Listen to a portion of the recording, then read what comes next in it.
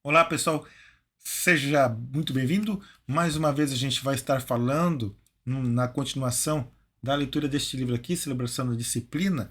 A gente tem estudado ou pegado alguns trechos do livro do capítulo 2, quando ele fala sobre as disciplinas exteriores. Tem um vídeo já no canal que fala sobre simplicidade.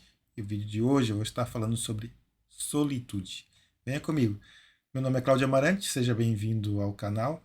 Eu espero que você seja abençoado por este momento, que a gente possa crescer juntos. Venha comigo. Richard Forster, então, quando escreveu esse livro, entre disciplinas interiores, exteriores e outras situações, ele falou sobre simplicidade e agora a gente vai falar sobre solitude. Ele comenta algumas questões sobre solitude no livro dele e é sobre isso que a gente vai estar conversando. Lembrando que eu extraio alguns textos do livro e a gente acaba comentando ele, algumas considerações que o autor faz, a gente acaba comentando, colocando nosso ponto de vista também. Segundo o autor, Jesus nos chama da solidão para a solitude.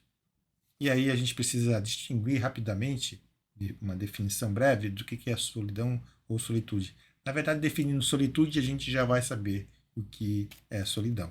Solitude é um estado de isolamento, de reclusão, é uma situação em que a pessoa não está em contato com outros indivíduos.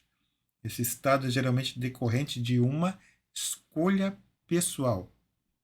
Diferente da solidão, a solitude está associada a sentimentos positivos, a alegria de estar sozinho. Isolar-se voluntariamente pode ser uma forma de entrar em contato consigo mesmo, de fortalecer a autoconfiança e o amor próprio. Essa definição eu retirei das redes sociais. Eu achei bastante interessante, por isso compartilhei com você. Diferente da solidão. A solitude é um sentimento positivo, estar em uma determinação sua de querer se aquietar, de ficar em silêncio, de compreender alguma situação ou de se autoconhecer melhor. Visa muitas vezes o crescimento e a reflexão. Continuando então, o nosso medo de ficarmos sozinhos nos impulsiona para o barulho e para as multidões. Para mim, ou para os introvertidos, muito fácil a gente ficarmos mais quietos. Ah, e muitas vezes, às vezes, a gente acaba se sentindo sozinho. Falo por experiência. Hoje não mais tanto, mas quando eu era mais jovem, por conta da minha timidez, eu ficava muito quieto, não conseguia me socializar, me sentia sozinho. Mas a gente consegue administrar essas situações. O tempo vai passando, a gente vai virando adulto, a gente vai maturando, nossa mente vai se aperfeiçoando e nós conseguimos então lidar com essas situações. Não é fácil, eu entendo isso, porque quem é tímido, mais introvertido, acaba levando isso para a vida um todo. Mas dá para tirar vários proveitos da situação. E a solitude, para uma pessoa introvertida, eu entendo assim, e respeito quem pensa diferente, ela é mais fácil de você conseguir estar nesse estado mental. Porque já é algo da tua própria personalidade.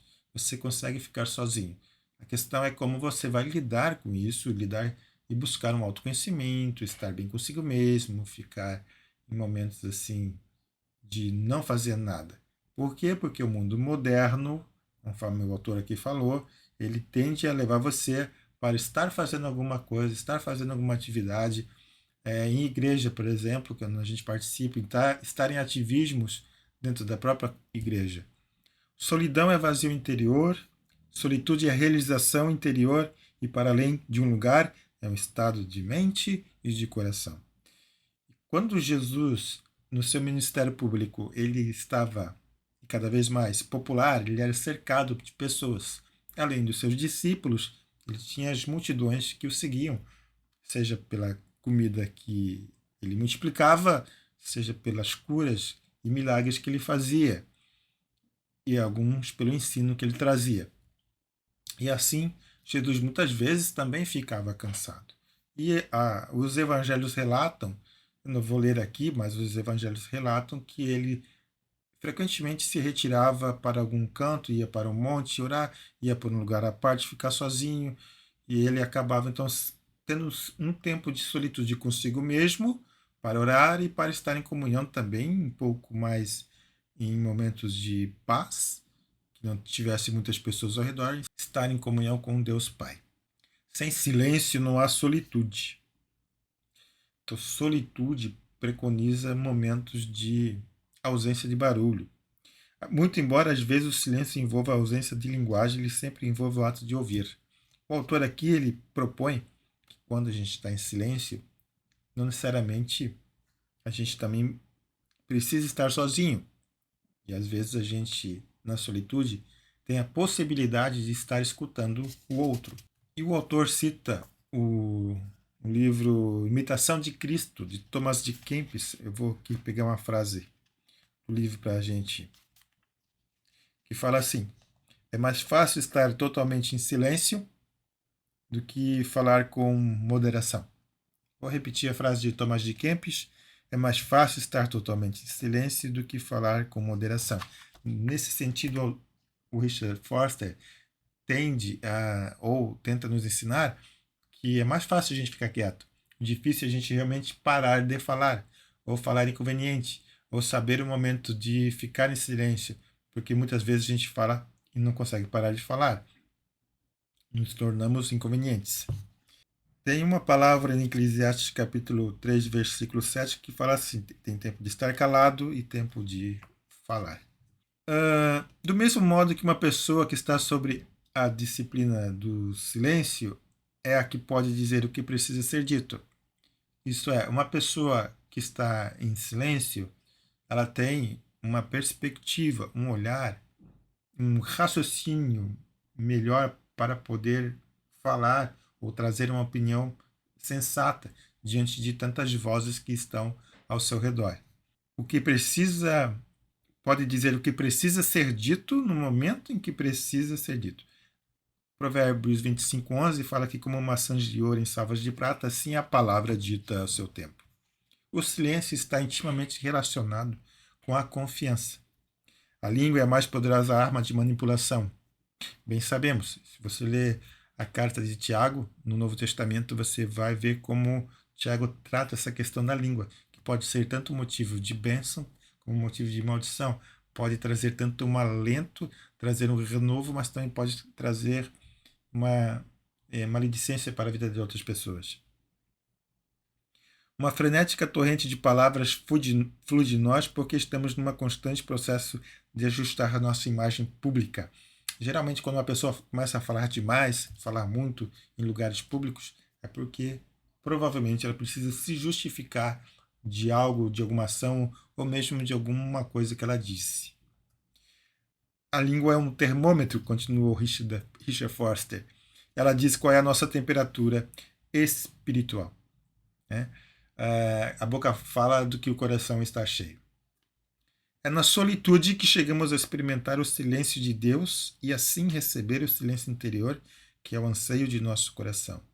Se você tiver esse privilégio de conseguir experimentar o silêncio de Deus e receber o silêncio interior que faz com que a gente escute a sua voz, é algo fantástico. Discipline-se de modo que suas palavras sejam poucas, mas digam muito. Muito profundo essa frase do autor, porque você não precisa falar muito para comunicar algo importante. Você tem a possibilidade de comunicar algo importante e profundo, muitas vezes falando pouco. Torne-se conhecido como uma pessoa que, quando fala, tem algo a dizer. É claro que há momentos de descontração, momentos que a gente está alegre, que a gente joga palavras fora, mas nos momentos que são relevantes, que a gente tem a oportunidade de abençoar alguém, que nossas palavras sejam poucas, mas sejam com profundidade e que tenha algo relevante a dizer. O autor propõe que 4 vezes por ano procuremos separar um tempo para reorientar as metas da nossa vida, reavaliar nossos objetivos, estabelecer metas realistas, estar disposto a se esforçar e sonhar em alcançá-las. Essas regras assim eu não gosto. Você precisa de 4 momentos durante o ano. Não, você vai ver a real necessidade. Às vezes vão ser todo mês, você pode fazer toda semana. É bom não deixar um espaçamento muito longo. Então eu proponho assim, seja mensal, ou como o autor diz, seja 4 vezes durante o ano, mas faça isso no mínimo 4 vezes durante o ano. Tire um tempo, reavalie. Né? Você provavelmente traçou alguns objetivos para o ano. Reavalie, você tem conseguido fazê-los? O que falta fazer? O que você precisa melhorar? Como é que estão os seus relacionamentos? Enfim, faça essa reavaliação no momento e no espaço de solitude, de introspecção interior, que você possa estar consigo mesmo e com Deus, é claro. Jesus às vezes se afastava das pessoas para depois estar presente quando estivesse com elas. O autor ele deu aqueles exemplos quando Jesus saía para um lugar para ficar à parte, para descansar, é porque na sequência ele estaria novamente exercendo o seu ministério público e de forma presencial, não apenas física, mas atenta às necessidades dos outros. Muitas vezes, ou às vezes, a gente está em algum lugar só de corpo presente, porque nossa cabeça está pensando em várias situações. Com certeza você já falou com alguém, com algum colega seu, com algum amigo seu, que você fala com a pessoa e a pessoa está ali, mas a sua mente está vagando para algum outro lugar. Com Jesus, ele iria e ia para lugares para ter momentos de solitude, para se avaliar provavelmente seu ministério, reavaliar seus objetivos, para poder estar conectado com Deus e se fortalecer novamente no espírito e voltar então para o seu ministério. O fruto da solitude é o aumento da sensibilidade e compaixão por outros. Essa é uma afirmação do Richard Foster. E isso é algo que somente eu e você experimentaremos. É uma afirmação bastante interessante. E isso é realidade da nossa vida se nós conseguimos ou se nós fazemos esse exercício de disciplina da solitude, a gente consegue estar ou ficar mais sensível às dores do outro, sermos compassivos, termos compaixão pelos outros. Solitude e silêncio ensinam-me a amar meus irmãos pelo que eles são e não pelo que eles dizem. Essa frase é atribuída a Thomas Merton, que é um escritor e monge terapista. Vou repetir porque a gente está chegando no final do vídeo. Solitude e silêncio ensinam-me a amar meus irmãos pelo que eles são e não pelo que eles dizem. Dá a entender, então, nessa segunda parte das disciplinas exteriores sobre solitude, que a proposta do Richard Foster é que quando nós nos retiramos para estarmos em ambientes isolados, calmos, tranquilo e sereno, a gente se autoconheça melhor e a gente tem uma perspectiva diferente, de uma maneira positiva para o mundo que está ao nosso redor e assim nós compreendermos também as fraquezas do outro, porque a gente também é fraco. Tanto Thomas Merton como o Richard Foster, eles nos desafiam para que a gente tenha esses momentos de solitude e assim a gente se autoconheça, tenha um crescimento interior de tal forma que a gente também consiga amar e entender o próximo, aqueles que a gente convive com eles. E às vezes a gente se decepciona por algumas atitudes, mas tanto quanto nós quanto eles estamos num processo de crescimento e de desenvolvimento. E assim a gente precisa amá-los do jeito que eles são. E às vezes, mesmo eles falando coisas que nos machucam, a gente precisa aprender a perdoar. Que esses momentos de solitude sejam uma prática, uma disciplina exterior que a gente consiga realizar.